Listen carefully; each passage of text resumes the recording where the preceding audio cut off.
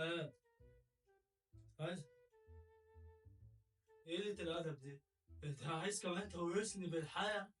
عايز تاخد معاشي؟ ايه يا مديلي حاج؟ ايدك ليه؟ ايه يا حاج انت بتقول ايه؟ انا مش بتقول عايز تروح الحمام؟ يلا نروح الحمام. لا ما هي راحت.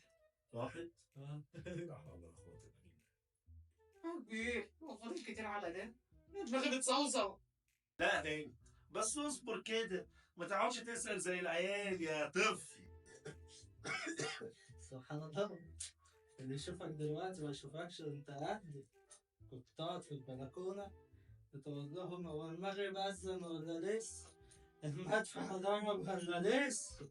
صح ولا لأ؟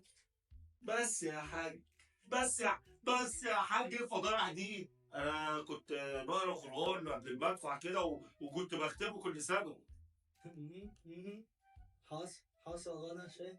كنت بتسمع بسم الله ما شاء الله عليك الحارة كلها انك بتقرا وانك متقي الله، بعد ما عينك كانت بتخرم العلامات السوداء وهي ماشية.